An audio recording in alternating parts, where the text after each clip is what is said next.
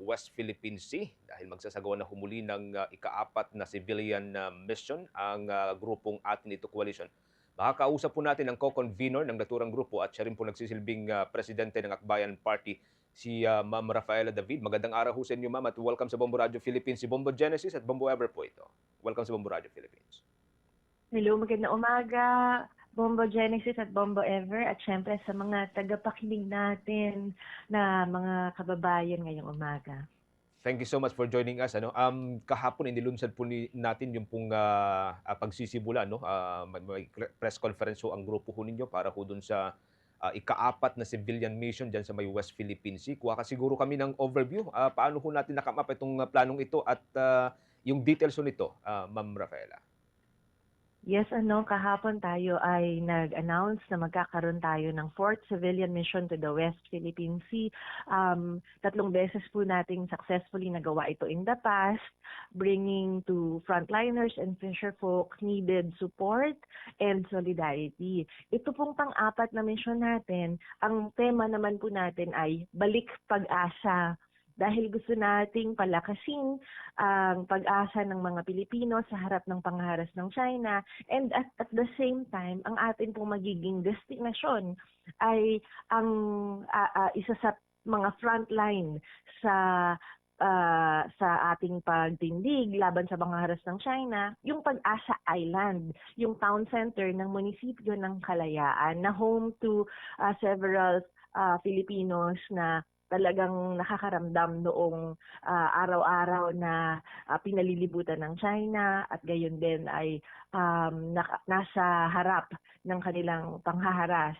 Ang paglalayag na ito ay para sa atin, tugon sa 3 pangunahing krisis na kinakaharap ng bansa. Yung una dyan, yung nabanggit kanina sa report, yung krisis ng pagtaas ng presyo ng petrolyo na talagang ang pinaka-apektado yung mga mangingisda natin at yung mga naglalayag na mahalagang-mahalaga sa kanila ang mga produktong petrolyo. Ang krisis, yung pangalawa naman ay yung krisis ng Chinese spying. Nitong nakaraan ay nabalitaan natin pati mga Pilipino na recruit nila para mag-espiya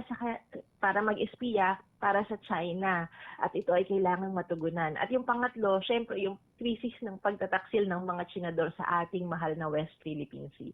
So itong 3 krisis na ito, tutugunan hopefully natin through this mission by bringing needed supplies to our fisherfolk. So magbibit-bit po tayo ng petrolyo, pagkain, iba pang supplies katulad ng school supplies for students ng Pag-asa.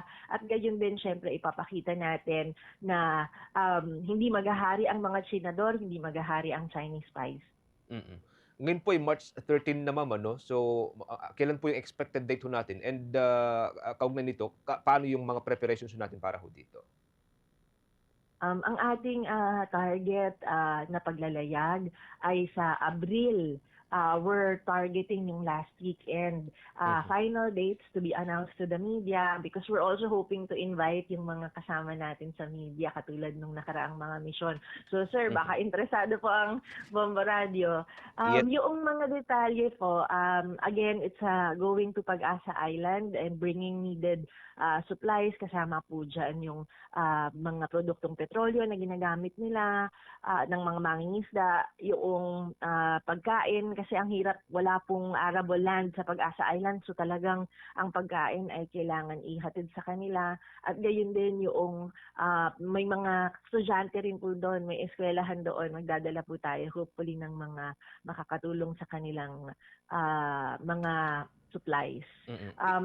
So yun po ang ilan sa mga detalye. We're hoping to, we will give more detailed media advisory dun sa iba pang mga logistical details. Okay. Thank you so much sa invitation mo, Ma'am Rafaela. No? Bombo Ever, with your follow-up kay Ma'am Baeng. Yes po.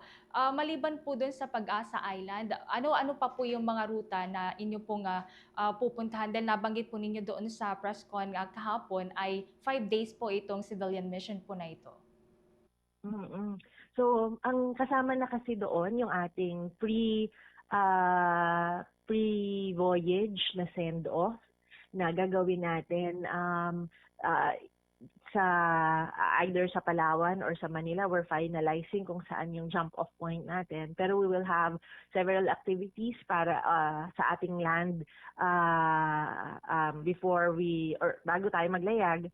At gayon din during the travel, which can take over a day, baka nga pwede pang umabot sa 2 days, depende sa ruta na gaganapin natin. May mga within the vehicle na mga activities din tayo, kasama yung volunteers natin, kasama yung pag-aaral about the issue, pagkukwentuhan sa mga kapwa volunteers about the importance of the West Philippine Sea at iba pa.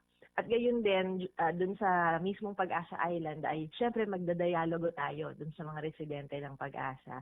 So ano po yan, jam-packed itinerary for the 5 days, which includes yung travel and several activities before and after our arrival sa Pag-asa Island. As of now po ba, meron na rin po kayong coordination with the Philippine Coast Guard sa atin pong defense forces para alalayan po itong ika-4 na civilian mission? Dahil according to AFP din po, tuloy-tuloy pa rin po yung presensya ng Chinese vessels sa West Philippines, especially sa palibot din po ng Pag-asa Island. Kaya nga all the more importante na gawin natin itong mga misyong katulad ng ating ito. Kasi kung ang China patuloy na ino-occupy ang West Philippine Sea and minimilitarize ang ating karagatan, we have to respond with even more civilian mission. Kasi gusto nating i-normalize, i-regularize ang ating access sa West Philippine Sea. Kasi sa dulo, kung na-access natin ang West Philippine Sea, malaking panalo na yon sa harap ng ginagawa ng China na pangharang sa atin. Gayon din, tayo ay proactively nagko-coordinate with relevant agencies para alam nila kung ano yung magiging itsura at latag nitong ating paglalayag para rin syempre masigurado ang kaligtasan ng ating mission. Part po, ano, sa ngayon po may mga nagbigay na po ba ng commitment na sasama po sa civilian mission at kumusta rin po yung suporta coming from the local government po ng Palawan? Oo, very thankful tayo kasi ngayon pa lang may mga youth leaders na nakasama natin before, yung iba mga bagong volunteers na nais sumama sa ating paglalayag. Thankful din tayo kasi naging maigting yung ating coordination with the local government officials ng Pag-asa Islands, ng Kalayaan Municipality na ating ginawaran nga ng as West Philippine Sea Heroes a month ago dahil sila yung mga talagang matapang na tumitindig sa pangharas ng China.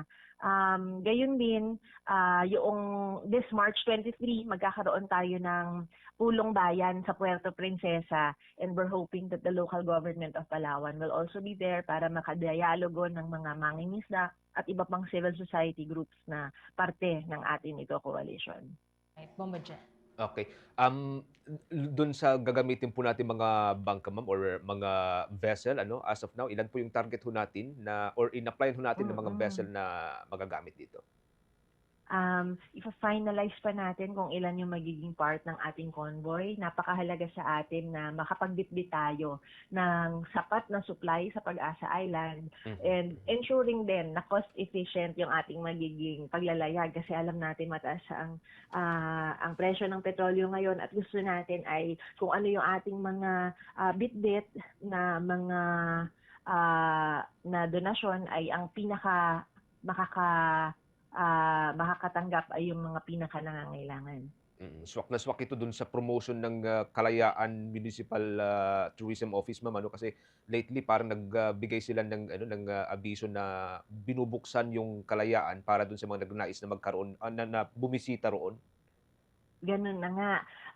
Masaya tayo kasi yung local government unit, meron silang patriotic tours. Talagang ino-open to ordinary Filipinos na mga turista din para makita yung katapangan ng mga Pilipino doon. So, nakakatuwa kasi merong iba't ibang paraan ang local government, ang civil society para i-civilianize ang West Philippine Sea. Okay. Thank you so much for joining us, ma'am. From time to time, muli kaming uugnay ho sa inyo during your free time. Maraming salamat. Ingat po kayo, ma'am Paeng. Maraming salamat din at magandang umaga sa inyo. Ang presidente ho ng Akbayan Party List Magkakabombo, si Ma'am Rafaela David. At siya rin po nagsisilbing co-convenor ng atin ito coalition doon sa isasagawang ika-4 na civilian mission sa may West Philippine Sea. For the most trusted source of news and information, visit our website at www.bomboradio.com. Follow us on Bombo Radio mobile app, Facebook, YouTube, TikTok, and X, formerly Twitter. Like, share, and stay connected. Anytime, anywhere.